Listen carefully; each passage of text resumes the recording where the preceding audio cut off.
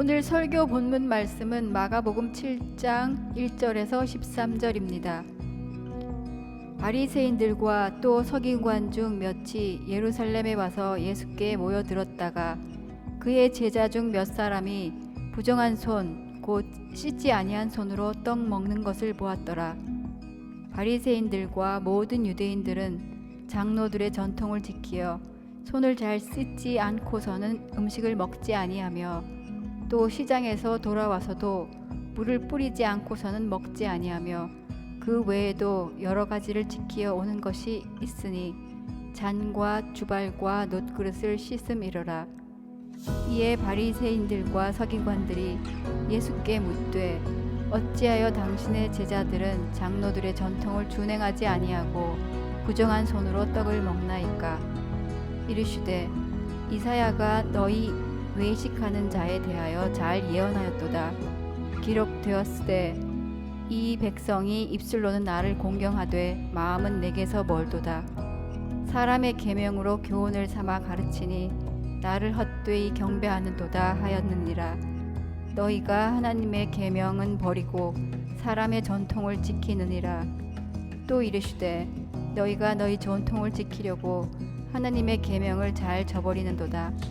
모세는 내 부모를 공경하라 하고 또 아버지나 어머니를 모욕하는 자는 죽임을 당하리라 하였거늘 너희는 이르되 사람이 아버지에게나 어머니에게나 말하기를 내가 드려 유익하게 할 것이 고르반 곧 하나님께 드림이 되었다고 하기만 하면 그만이라 하고 자기 아버지나 어머니에게 다시 아무것도 하여 드리기를 허락하지 아니하여 너희가 전한 전통으로 하나님의 말씀을 폐하며 또 이 같은 일을 많이 행하느니라 하시고 아멘. 네, 오늘 본문이 조금 뒷부분에 더 설명이 이어지는데 그 부분은 또 이따가 함께 보기를 원합니다. 네, 오늘 말씀의 주제는 깨끗한 삶의 비밀입니다. 우리는 계속해서 마가복음을 지금 묵상하고 있잖아요. 여러분 지금까지 마가복음을 통해서 주일날 함께 나눈 이 말씀을 통해서 예수님께서 진짜 우리에게 하시고자 했던 것 중요한 몇 가지가 있어요. 혹시 기억하시는지 모르겠습니다.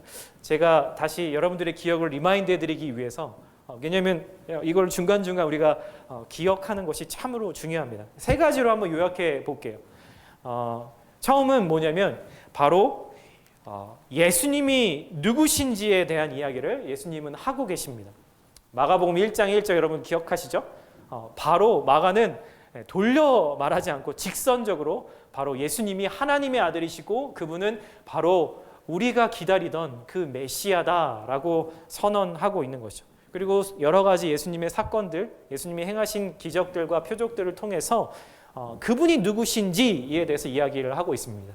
오늘 저희는 7장의 말씀을 지금 읽었지만 사실 6장 후반부에 저희가 나눴던 거 말고 뒷부분에 또 예수님이 행하셨던 기적이 두 가지가 더 나오는데요. 물 위를 걸어오셨던 제자들이 밤에 그 배에서 정말 풍랑을 만나서 힘들어하고 있을 때 높은 산에서 혼자 기도하러 올라가셨다가 예수님이 그 제자들을 보시고 물 위를 걸어오셔서 그들을 도와주시고 구원하신다는 그런 이야기를 저희가 6장 마지막 부분에 읽게 되는 거죠. 거기에서 되게 유명한 말씀을 하세요. 내니 두려워 말라, 내니 안심하라. 근데 거기서 그 내니라는 그 말씀이요 뭐냐면 구약에서 하나님이 자신을 이야기하실 때 I am who I am 이라는 표현과 같은 표현입니다. 예수님은 누구시냐고요? 바로 하나님이시고 그분의 아들이시고 메시아다라고 그렇게 설명하고 있는 거죠. 그리고 두 번째는 예수님은 우리에게 무엇을 주길 원하시는가? 지난주에 더 분명하게 말씀을 나눴던 것 같아요. 우리에게 생명의 떡, 생명의 양식인 그분을 주셨다는 것, 영생을 주셨다는 것. 그 영생은 우리가 천국에서만 누리는 것이 아니라 이 땅에서도 누릴 수 있는 그분과의 교제를 통해서만 누릴 수 있는 그 영생을 말씀하셨습니다. 그리고 세 번째, 예수님을 경험하기 위해서 그 영생이신 생명의 양식이신 그분을 경험하기 위해서 우리가 어떻게 반응하며 나아가야 하는지 많은 사람들이 복음을 듣고 소문을 듣고 예수에 대한 그 소문을 듣고 믿음으로 나왔다라는 공통점을 이야기하는 거죠. 여러분, 이 세 가지를 우리가 꼭 기억하면서 마가복음을 계속 묵상한다면 정말 그 사건들마다 말씀마다 왜 이 말씀을 지금 하고 계시는지, 나에게 어떠한 말씀을 하시길 원하시는지를 좀 더 잘 쉽게 이해할 수 있게 될 겁니다. 여러분, 예수님이 가시는 곳마다 하시는 사역마다 그리고 만나는 사람들마다 사람들이 다 예수님을 믿고 따르게 되었어요. 수많은 사람들과 그분의 그 증인들이 예수님이 메시아인 것을 알게 된 거죠. 그리고 사람들의 이 엄청난 인기를 한 몸에 받고 계셨지만 예수님은 묵묵히 하나님 아버지의 뜻대로 한 걸음 한 걸음 십자가를 향해서 지금 걸어가고 계십니다. 예수님이 게네사렛이라고 하는 그 곳에 계실 때에 오늘 본문의 1절과 2절 우리가 읽었던 것처럼 거기에서 이제 예루살렘에서 그 게네사렛까지 150km나 되는 거리를 바리새인들과 율법학자들이 예수님을 찾아옵니다. 여러분, 그 당시에 교통편이 좋았던 것도 아닐 텐데 이 150km나 되는 거리를 이들이 와야만 했던 이유 무엇이었을까요? 우리가 읽었던 것처럼 사실은 좋은 의도로 이곳에 오지는 않았을 겁니다. 정말 2박 3일, 3박 4일 정도 걸어서 이곳에 아마 왔을 거예요. 그리고 2절에 예수님과 제자들이 일상에서 식사하시는 모습을 그들이 유심히 보게 됩니다. 바리새인과 율법학자들이 무언가 목적을 가지고 왔는데 그 목적은 예수님의 허물을 찾아내서 사람들이 그렇게 열광하는 저 예수가 형편없는 그분의 명성이 전혀 지금 우리의 종교적인 것들과 맞지 않는 분이라는 것을 사람들에게 밝히기 위함이었습니다. 사실 그들이 와서 무언가를 지적하고 험담할 것을 찾는 것은 그들의 전문 분야를 통해서 할 수 있었겠죠. 그들이 가장 자신 있었던 분야, 그것은 바로 구약의 율법이었습니다. 바리새인과 율법학자들이었으니까요. 그리고 그들의 이 종교에서 예수님의 허물을 찾으려고 그렇게 유심히 관찰하고 눈에 불을 켜고 보고 있는 거죠. 여러분, 지난주에 우리가 오병이어의 기적을 나누면서 예수님이 바로 생명의 빵이시다라는 말씀을 드렸습니다. 근데 오늘 우리가 읽었던 이 7장 초반부의 말씀을 보면은 좀 이렇게 어떠한 한 그림을 한번 찾아볼 수 있는 것 같아요. 지난주에 그 예수님이 생명의 빵이시다라는 관점에서 우리가 한 가지 볼 수 있는 것은 예수님의 제자들은 예수님이 차리신 그 식탁에 앉아서 예수님과 함께 그 생명의 빵이신 주님의 말씀을 먹고 지금 교제하고 있는데, 당시 이 종교적인 측면에서 가장 전문가이고 리더라는 그들은 예수님이 차리신 식탁, 다시 말해서 생명의 양식이신 그분과 교제하지 않고 먹지 않고 관찰만 하고 있다라는 것을 보게 되는 것이죠. 그냥 먹지 않을 뿐만이 아니라 그분의 말씀과 행동을 지적하고 판단하기까지 하고 있는 겁니다. 사랑하는 성도 여러분, 지난 한 주 주님께서 차리신 그 말씀의 식탁 가운데 앉으셔서 그렇게 주님과 교제의 기쁨을 많이 누리셨나요? 정말 우리가 주님이 차려놓으신 그 식탁에 가서 앉기만 하면 여러분, 우리는 그분의 얼굴을 볼 수 있고요, 그분의 음성을 들을 수 있고요, 그분이 나를 위해 정말 사랑으로 정성껏 차려놓으신 그 말씀을 먹을 수 있다는 것입니다. 여러분, 그것 때문에 그것으로 우리가 이 세상을 살아갈 수 있다는 겁니다. 오늘 본문의 이 3, 4절의 말씀을 한번 같이 읽어봤으면 좋겠습니다. 함께 읽어볼까요? 시작! 바리새인들과 모든 유대인들은 장로들의 전통을 지켜 손을 잘 씻지 않고서는 음식을 먹지 아니하며 또 시장에서 돌아와서도 물을 뿌리지 않고서는 먹지 아니하며 그 외에도 여러 가지를 지키어 오는 것이 있으니 잔과 주발과 녹그릇을 씻음이러라. 네, 마가가 여기 사실 부연 설명을 붙여놓은 거예요. 왜 바리새인과 율법학자들이 손 씻지 않는 것을 관찰하고 있는가라는 것을 친절하게 부연 설명을 해주고 있는 거죠. 바리새인들이 지적한 것은 사실은 구약에서 하나님이 주신 그 율법, 사실 그 율법에서 기인한 거긴 하지만 그것 자체가 아니라 여기는 장로의 전통이라고 나오는데 사실 개역 한글에 보면은 조상들의 전통이다라고 이야기를 합니다. 조상들의 전통을 지금 지키지 않는다고 지금 메시아이신 그 예수님의 그 사역을 지금 험담하고 있는 것이죠. 여러분, 어쩌다가 종교 지도자들이 말씀이 아닌 것을 가지고, 정말 신앙이 아닌 것을 가지고 예수님의 제자들이 지키지 않는다고 지금 그걸 지적하고 있는 걸까요?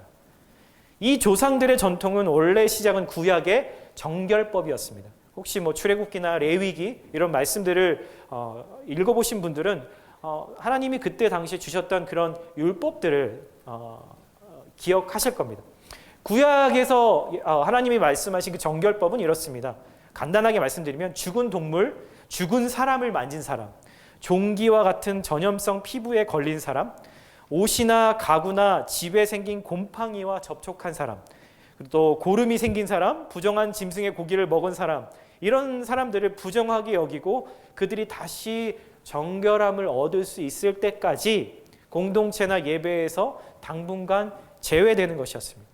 이것은 현실적으로는 그들이 광야에서 생활하고 있었기 때문에 공동체 안으로 전염병 같은 것들이 들어오게 되면 공동체가 한순간에 무너질 수 있기 때문에 그런 요인들을 막기 위한 하나님의 아주 지혜로운 배려였죠. 그리고 어떻게 보면 또 이거를 의미론적으로 생각하면 하나님의 백성으로서 그들이 하나님 앞에 예배를 드리러 나올 때, 그분의 백성으로서 삶을 살아갈 때 마음과 그들의 삶이 진정으로 정결해야 한다라는 것을 의도적으로 의식하며 살도록 하기 위함이었다는 것입니다. 근데 5절에 바리새인들과 율법학자들이 왜 당신의 제자들은 이 조상들의 규칙을 지키지 않습니까? 라고 예수님에게 지적하고 있는 거죠. 사실 제자들의 이야기를, 이슈를 가지고 예수님께 말하고 있지만 실제 마음은 예수님에게 직접 이 이야기를 하고 싶은 거예요. 예수님의 일을 지적하고 싶은 거죠. 이 질문에 예수님은 6절하고 8절에 이렇게 말씀하십니다.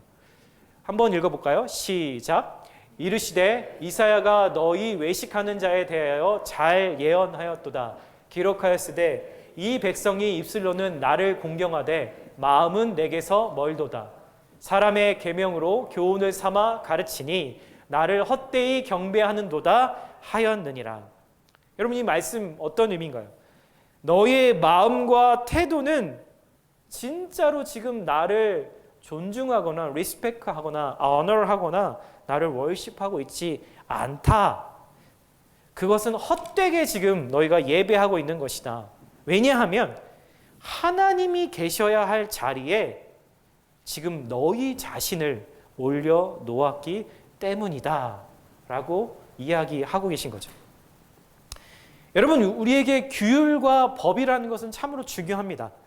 근데 이 규율과 법이 필요한 이유가 뭘까요?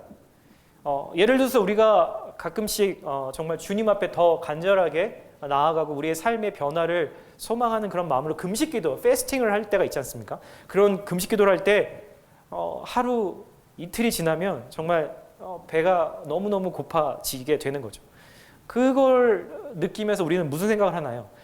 정말 내 영혼도, 내 배가 정말 고픈 것처럼 내 영혼도 이렇게 하나님의 은혜를 향해서 정말 굶주려 있구나 라는 것을 깨닫게 해주는 것이죠. 또 이 옛날에는요, 성전에 예배를 드리러 갈 때 성전 앞에 놓여있는 물두멍이라는 것이 있습니다. 그게 뭐냐면 손을 씻는 그릇 같은 거죠.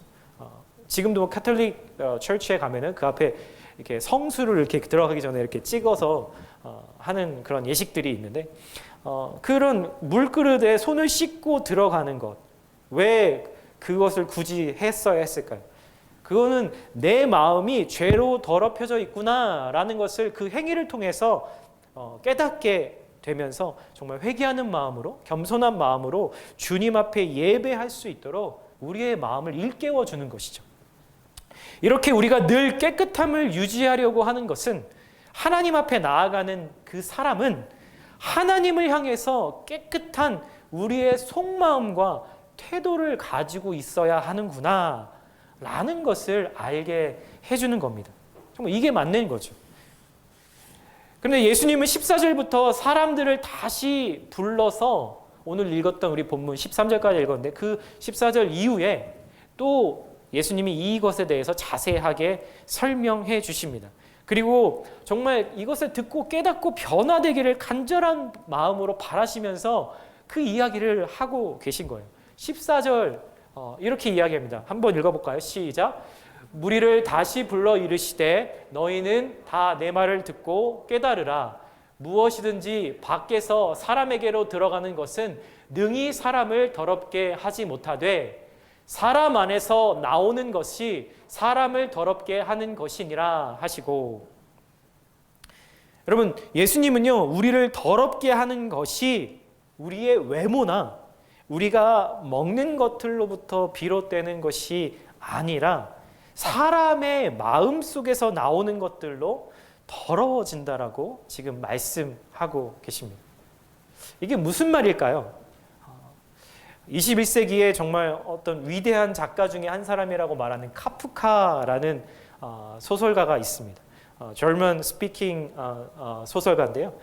그 분이 이런 말씀을 했어요. 죄책감이 있던 없든 오늘날 우리의 모든 상태는 악하다. 이 카프카의 말처럼 사람들은 심판이 있다는 것, 그리고 죄라는 것이 하나님 앞에 나아가는 것을 막는다라는 사실을 믿으려고 하지는 않지만 그들 마음 안에 그 깊은 곳에는 내심 내 안에 뭔가 하는 문제가 있구나 라는 것을 그 정도는 알고서 인지하고 살아갑니다. 다시 말해서 죄책감이라는 것을 가지고 살아간다라는 거죠. 그래서 내 안에 깊숙이 있는 그 죄책감을 어느 누구에게도 들키지 않기 위해서 자신의 어떤 부패한 내면을 숨기고 조작된 모습, 다른 사람들에게 좋게 보일 만한 겉모습만 보이려고 사람들은 애를 쓰는 것이죠. 자신들이 남들보다 꽤 괜찮은 사람들이라는 것을 증명해 보이려고 그렇게 무던히도 애를 쓰며 살아가는 겁니다. 이 정도만 되면 내가 죄책감에서 벗어날 수 있을까? 이 정도가 되면 내가 자신감을 회복할 수 있을까? 이 정도로 규칙을 지키면 내가 원하는 그 모든 그것을 요구할 자격이 생기지 않을까? 라고 생각하면서 자신을 그렇게 채찍질하고 그 수준에 이르기 위해서 열심히 노력합니다. 하지만 저와 여러분이 경험한 것처럼 그 수준에 가까이 우리가 이른다고 해도 우리 안에 죄책감과 그 수치심은 결코 사라지지 않습니다. 여러분 왜 그럴까요? 왜 우리는 내 내면의 실제를 정말 보여주지 못하고 그토록 무던히 좋게 치장한 겉모습만을 보여주려고 애를 쓸까요? 그리고 계속해서 실패한 그 마음을 가지고 살아가게 될까요? 그 카프카라는 사람이 다시 이런 말을 했습니다. 우리는 죄라는 것이 없다고 생각합니다. 그리고 심판 따위도 없다고 생각하죠. 하지만 우리가 불결하다는 것을, 깨끗하지 않다는 것을 우리 스스로는 너무나 잘 알고 있습니다. 저도 제 신앙의 여정을 한번 살펴보고 생각해 봤습니다. 여러분 정말 저도 예수님을 믿기 전까지, 그리고 어찌 보면 예수님을 믿고 난 그 이후에도 저의 진짜 모습을 어느 정도 숨기면서 살았다라는 생각을 해보게 되는 거죠. 세상은 그렇게 우리를 가르치지 않습니까? 약한 모습은 보여주면 안 되는 거고요. 나의 진짜 모습 말고 더 잘 포장된 나를 다른 사람들에게 프리젠테이션하고 홍보하라고 합니다. 왜요? 그래야 내 가치가 높아지니까, 내가 잘 팔릴 수 있으니까.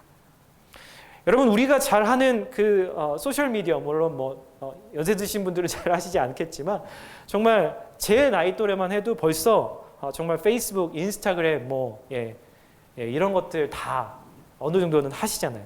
이 소셜 미디어에는 여러분 어떤 거를 주로 올리나요? 나의 연약함, 내가 맨날 실수하는 거, 아니면 내가 생각할 때 다른 사람이 생각할 때 추한 나의 모습, 그런 거를 이 소셜 미디어에 올리나요? 그렇지 않죠. 내가 잘한 것만, 내가 예쁘고 멋지게 보이는 그 모습만 그렇게 올려서 그것을 드러내서 인기를 얻고 다른 사람들의 팔로워를 얻게 되는 거죠.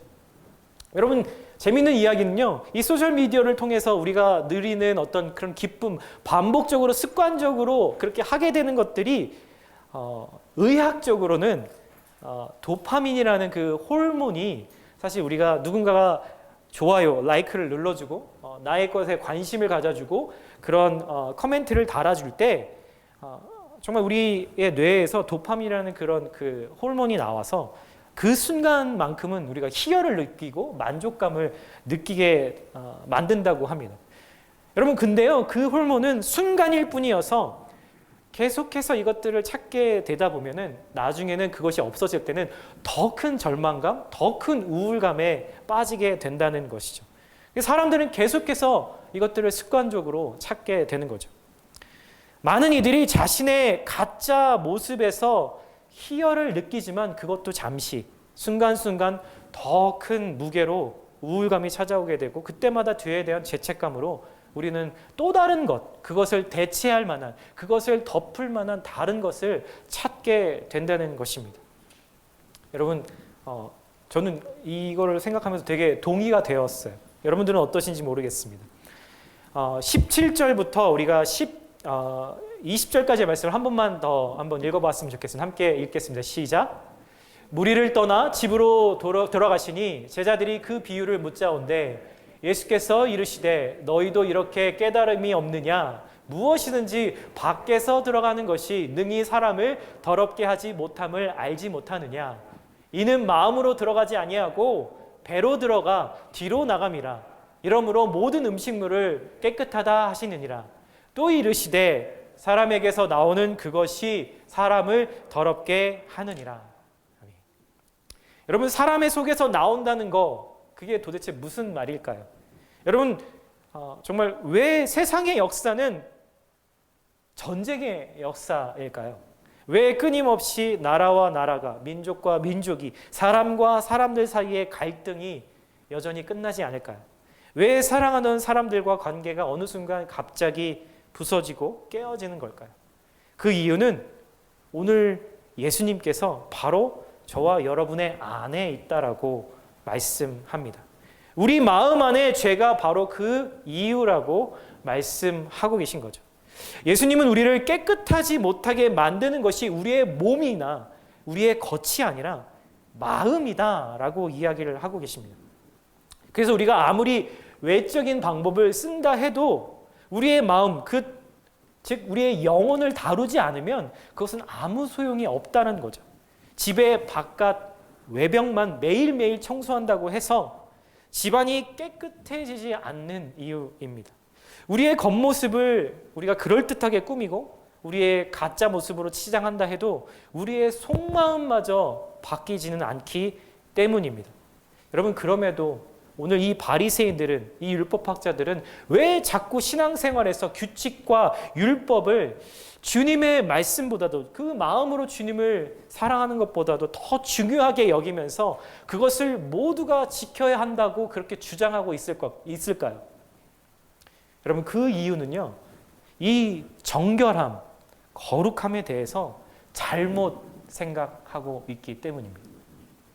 죄와 이 거룩함에 대해서 하나님이 말씀하시는 관점이 아니라 그냥 그들의 관점에서 정의를 내리고 그렇게 믿고 있기 때문인 것이죠. 아예 가설 자체가 잘못되었기 때문에 결론도 잘못될 수밖에 없었다는 겁니다.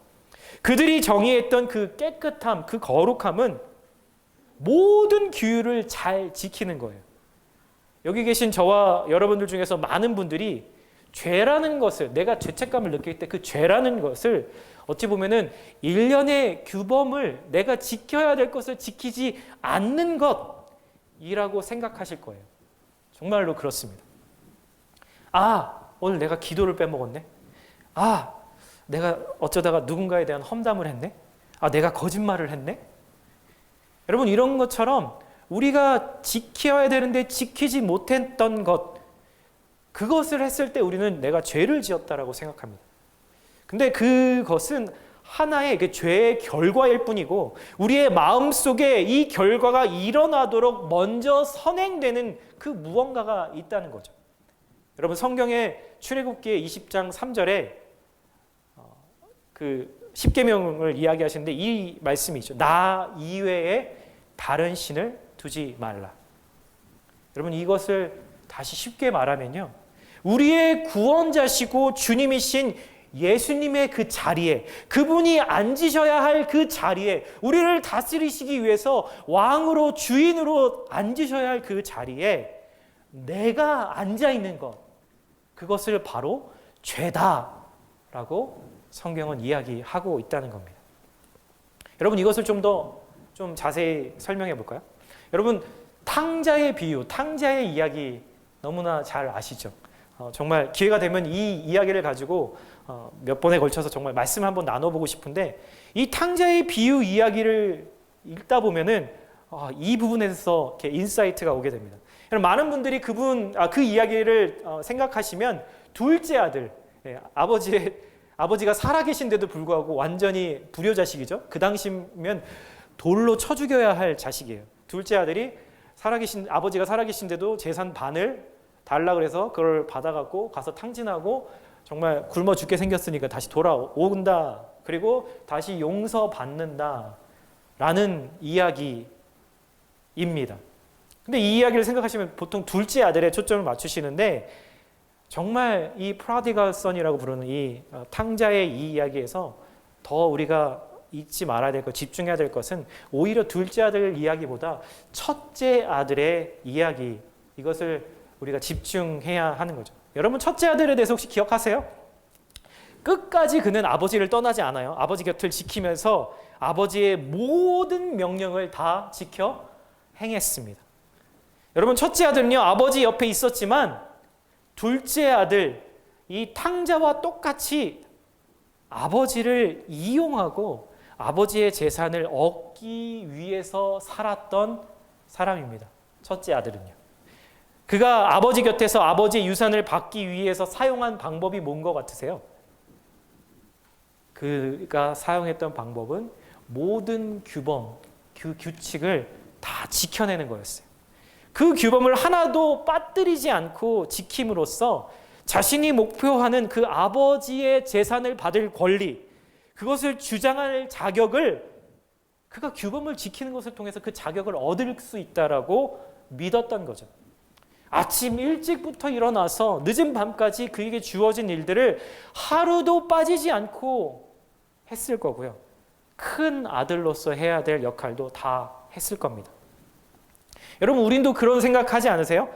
주님, 제가 정말 수년간 이렇게 교회에서 예배도 나오고 섬기고 또 기도도 했는데 저에게 이런 정도는 주셔야죠. 제가 오랫동안 바라오던 것, 이 정도는 해주셔야 되는 거 아닌가요? 만약에 제가 이렇게 했으면 저에게 이런 어려움은 주시지 않으셔야죠.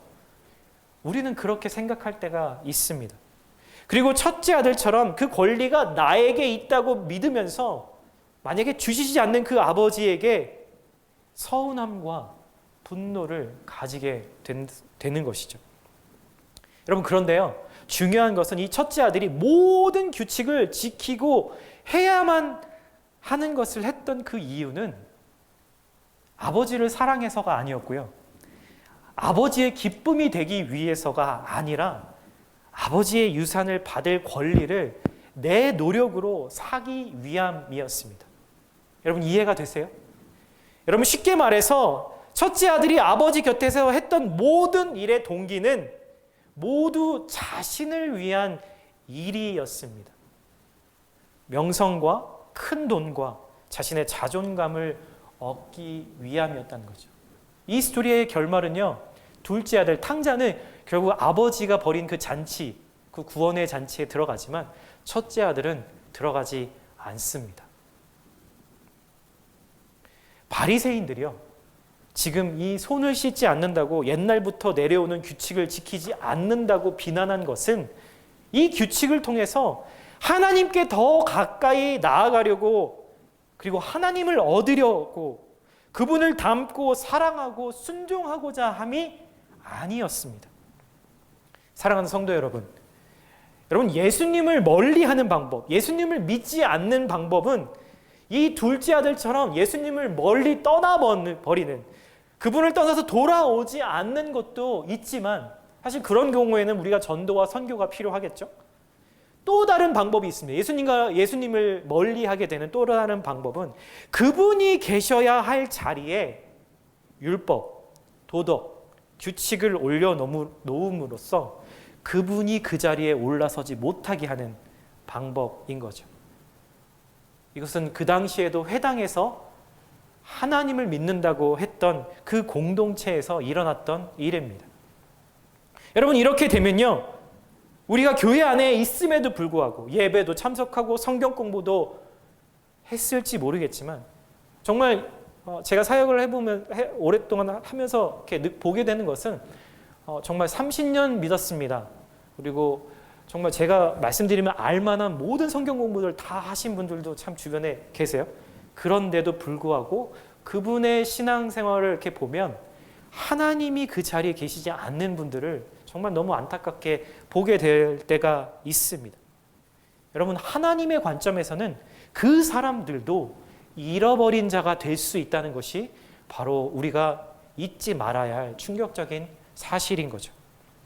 이것은 자세히 보지 않으면, 이런 사람은 자세히 보지 않으면 주변 사람들 혹은 나 자신조차도 속일 수 있는 아주 교묘한 방법입니다.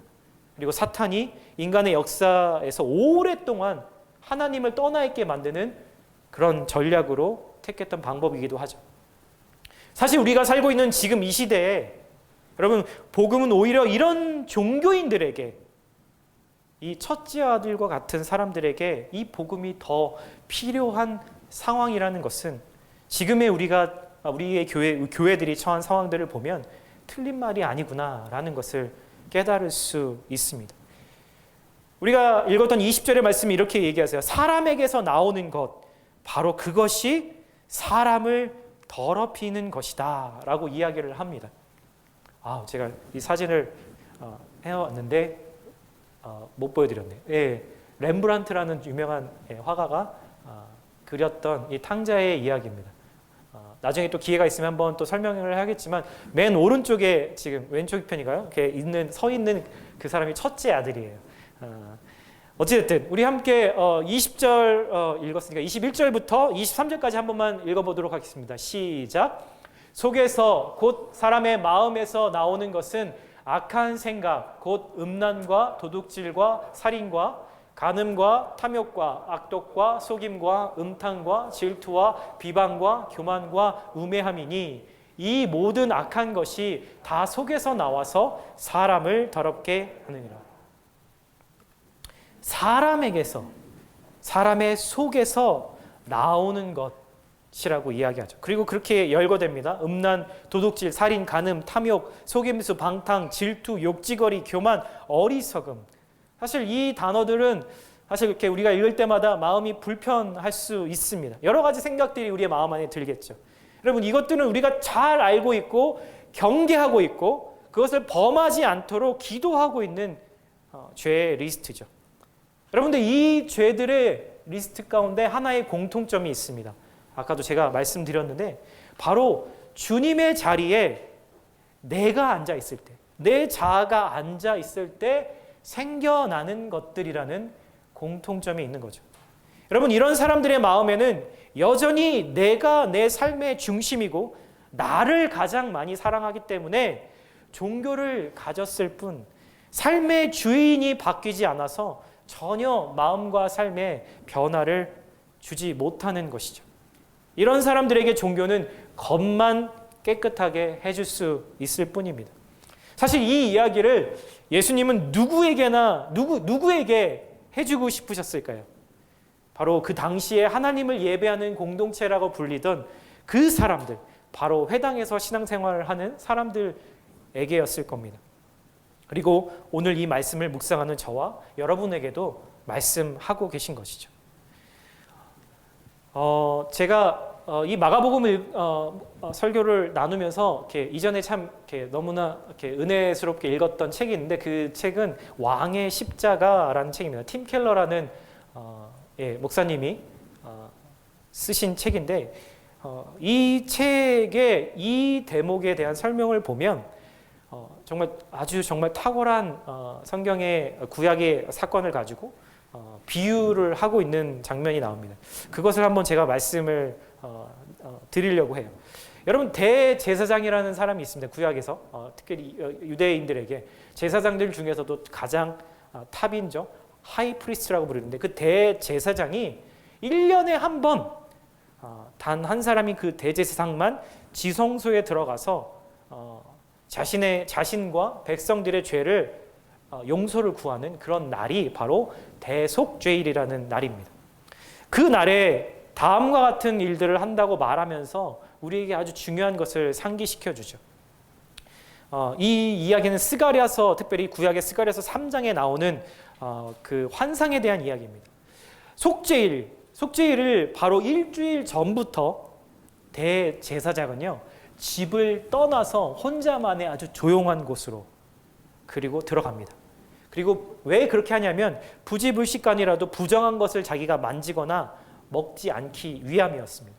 왜 그러냐면 대제사장이 정말 그렇게 자신을 정결하게 하지 않으면 지성소의 안에 들어가서 바로 죽임을 당할 수밖에 없기 때문에 하나님의 그 거룩함 앞에서 견딜 수가 없어서 정말 그냥 죽어서 나오게 되는 거죠. 그래서 정말 그 대제사장 허리에다가 그 줄을 묶지 않습니까? 그 이유는 그리고 그 줄에 종을 달아서 대제사장이 지금 살아있는지 죽었는지를, 왜냐하면 다른 사람은 그 안에 들어갈 수가 없기 때문에.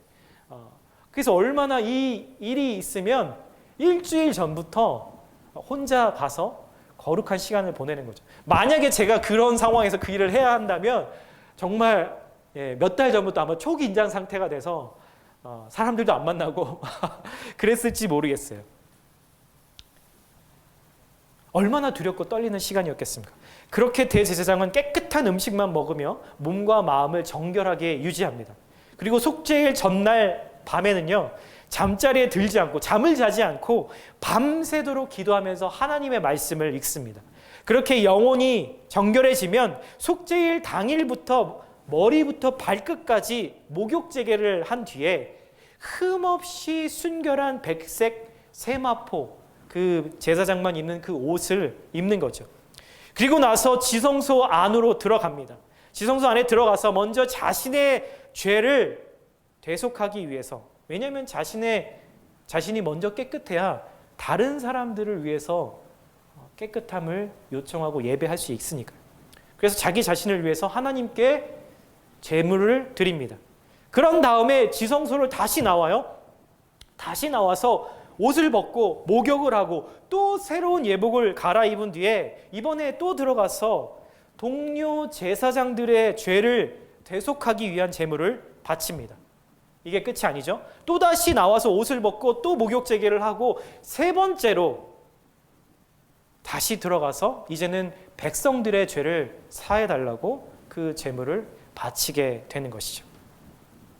여러분, 이 모든 과정은요 그 성소 주변에 백성들이 둘러싸서 그 장면을 모두 다 지금 조용히 응시하면서 주목하고 있는 상황에서 진행됩니다.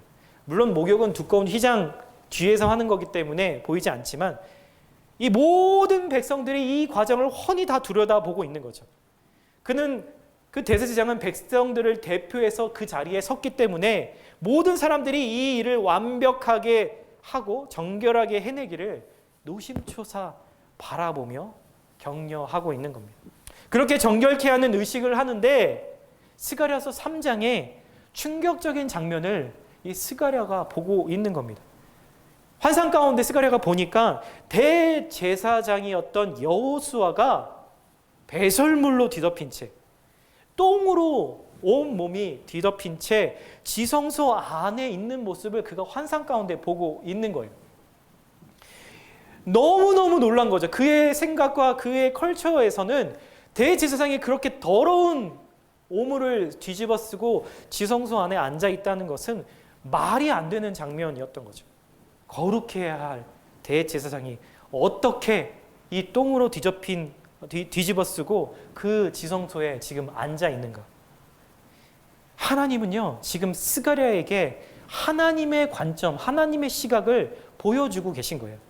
우리가 아무리 착하고 도덕적으로 순결해 보이려고 애써도 하나님은 우리의 속을 보시기 때문에 우리의 속마음에 있는 그 배설물과 같은 그 더러운 것들이 가득 차 있다는 것을 보고 있는 것이죠.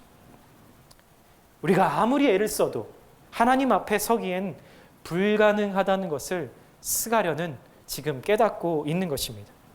그리고 그때 선지자 스가랴가 하나님의 음성을 듣습니다.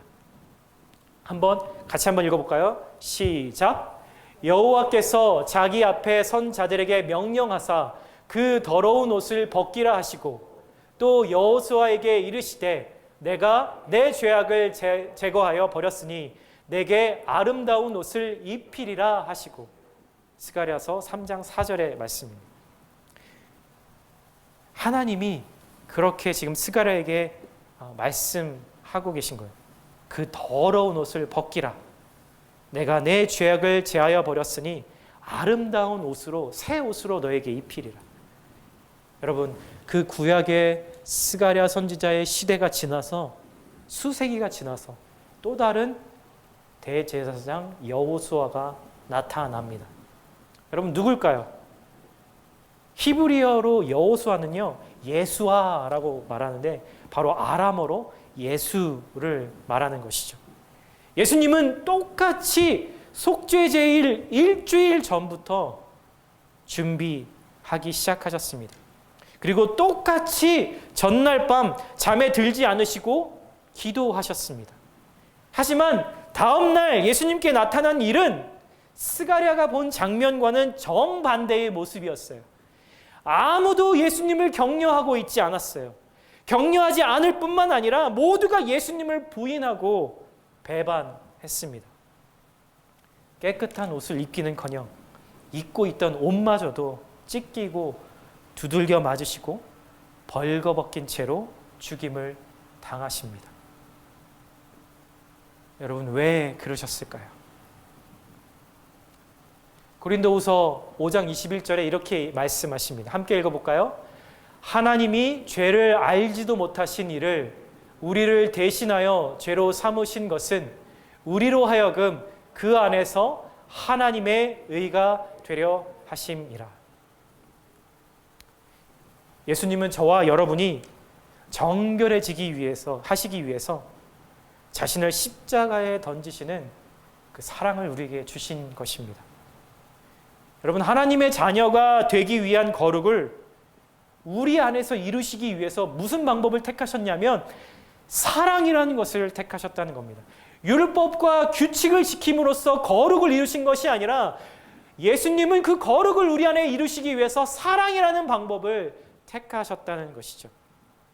사랑하는 성도 여러분, 참된 정결함이 무엇일까요?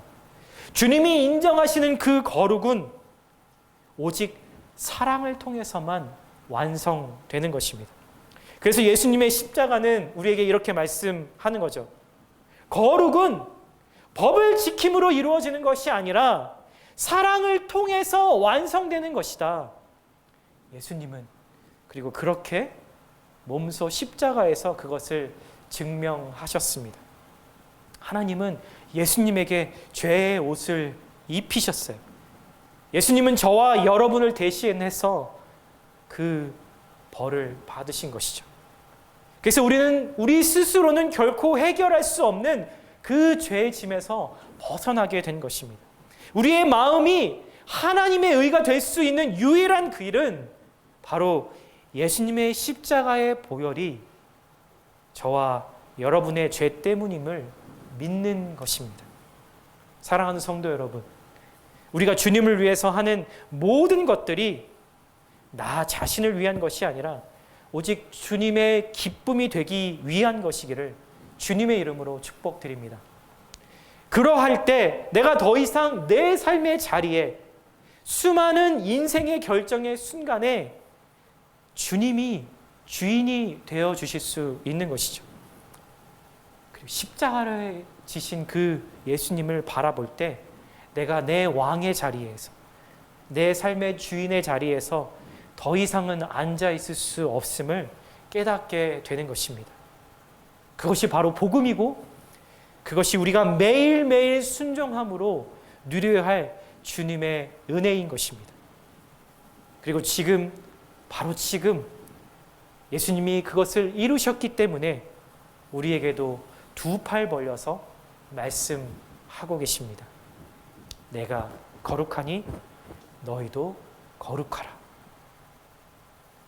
이 말씀이, 이 은혜가 이번 한 주 여러분들의 삶 가운데 있으시기를 예수님의 이름으로 축원드립니다. 아멘.